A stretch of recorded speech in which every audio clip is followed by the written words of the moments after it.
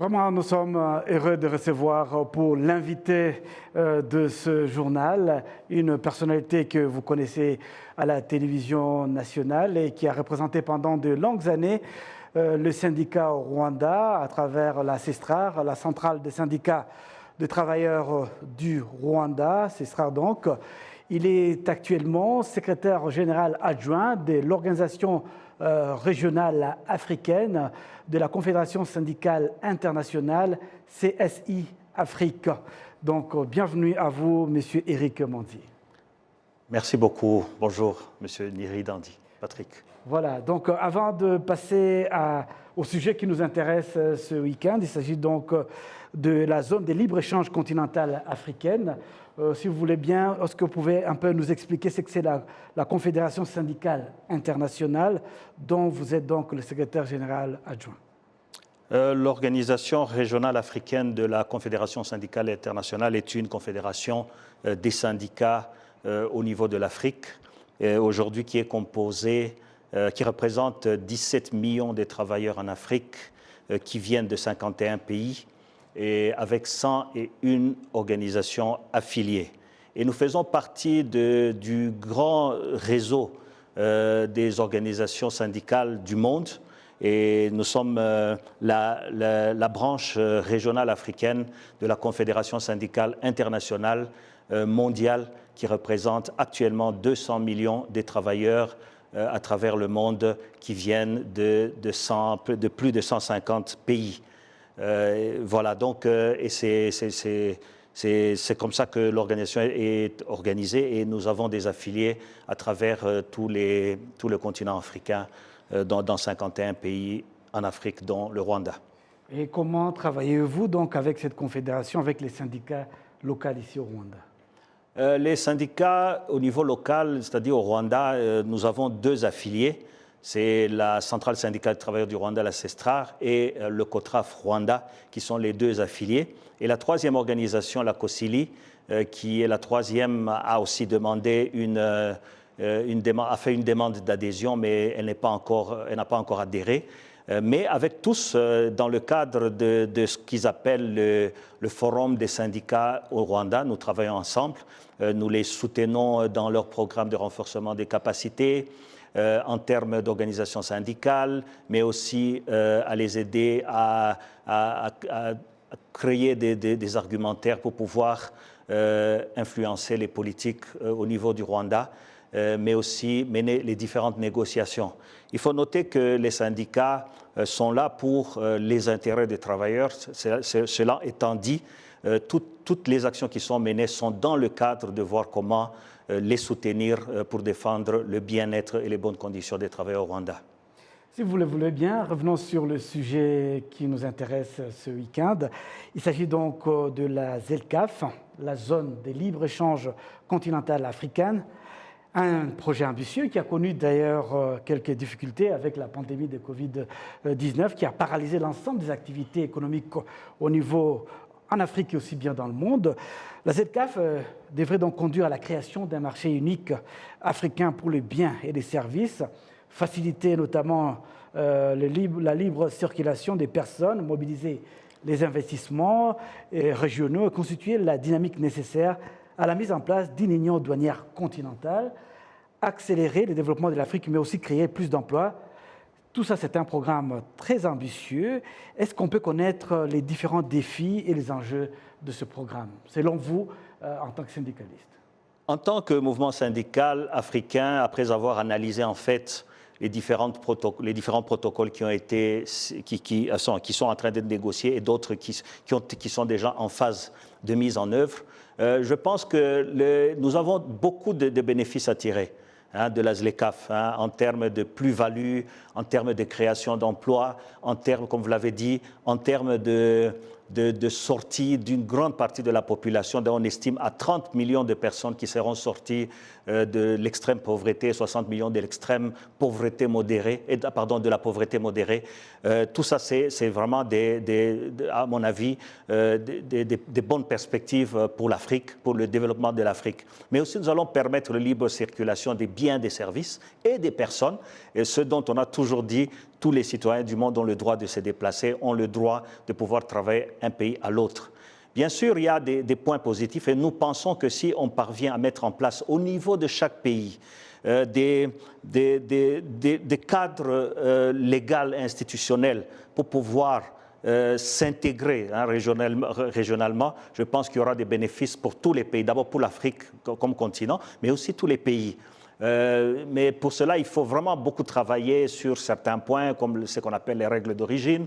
Les règles d'origine, pour parler plus simplement, quand on explique aux gens, c'est tout simplement de dire qu'il faudra éviter qu'un jour, en disant qu'on va faire du commerce intra-africain, on verra des multinationales, par exemple chinoises, qui viendraient produire en Afrique avec de la matière première peut-être africaine à 50% africaine, 50% chinoise ou occidentale. Tout ça, c'est des choses qu'il faut faire extrêmement attention pour que les grosses boîtes, les grosses multinationales ne puissent pas avaler les petites entreprises. Ça, c'est vu, imagé, c'est ça que nous disons. Donc, on doit pouvoir créer des emplois, protéger nos emplois, protéger nos entreprises, surtout dans nos pays où les micro-entreprises et les petites entreprises sont les plus dynamiques. Il faut pouvoir les protéger et ne pas être avalés par la grosse machine que sont les multinationales qui viendront avec une certaine force. Ça, c'est par exemple un des points qu'il faut faire très attention si on veut que l'emploi soit protégé.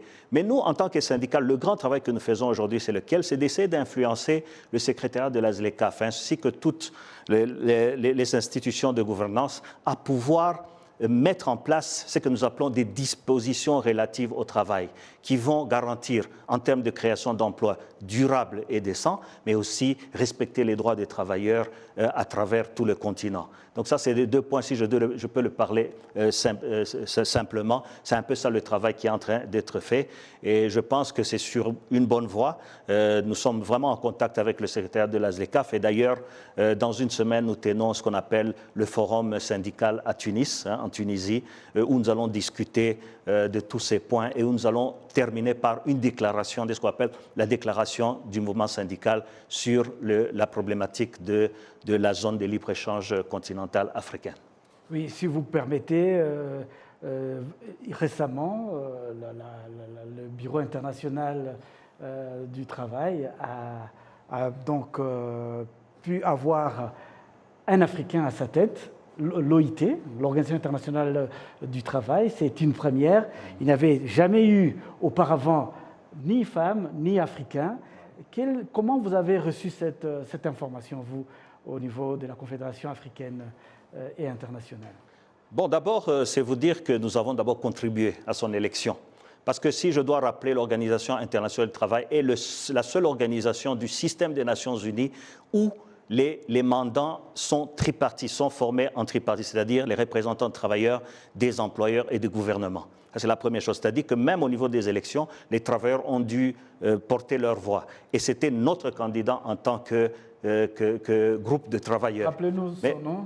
Ungbo Gilbert, qui est d'origine togolaise, qui est togolais d'ailleurs, et qui fut à l'époque Premier ministre du Togo, et qui d'ailleurs a beaucoup œuvré pour soutenir notre organisation. Voilà pourquoi ça nous fait plaisir. Mais de l'autre côté, il faut savoir que, bien sûr, il est africain, et nous pensons que, bien qu'il est le directeur général de l'organisation, c'est-à-dire de tout le monde, du monde entier, mais nous pensons qu'en tant qu'Africain, il va probablement mettre sa petite touche et pouvoir aussi contribuer, comme l'ont fait ses prédécesseurs, à promouvoir le travail décent à travers l'Afrique. Oui, si vous permettez, il y a des enjeux importants mondiaux. Il y a le changement climatique et le déclin de la biodiversité qui affecte de millions de travailleurs dans le monde, en particulier les agriculteurs, et puis dont les cultures sont vulnérables aux phénomènes climatiques extrêmement graves, avec des précipitations intenses. On les voit au Pakistan, un peu partout, notamment en Afrique. Avez-vous une approche nouvelle à proposer aux gouvernants africains, surtout que cette situation risque d'affecter des millions de personnes au niveau mondial? Vous savez, le problème du changement climatique est devenu une problématique mondiale, c'est-à-dire qui interpelle tout le monde. Et comme on l'a toujours dit au niveau de l'Afrique, nous ne pouvons pas nous mettre de côté. Et nous pensons qu'en termes de politique nouvelle ou innovante, je pense qu'en tant qu'Africains, en tout cas au niveau du mouvement syndical, nous avons intégré le mouvement dans lequel nous avons tous travaillé pour essayer de promouvoir, par exemple, si je dois parler dans le milieu du travail, comment promouvoir des entreprises à faible émission de carbone. Mais la grande question aujourd'hui qui se pose est de se dire, oui, nous devons mettre en place certaines politiques, mais il ne faut pas que ces politiques puissent laisser certaines personnes de côté. Et voilà pourquoi nous parlons aujourd'hui du changement climatique et de la transition juste. C'est-à-dire qu'on doit permettre aux Africains, à l'Afrique, de pouvoir avoir une certaine transition. Nous avons besoin de nous développer et parfois obligés à utiliser certains mécanismes, certains systèmes qui d'ailleurs sont rejetés par l'ensemble du mouvement contre le changement climatique.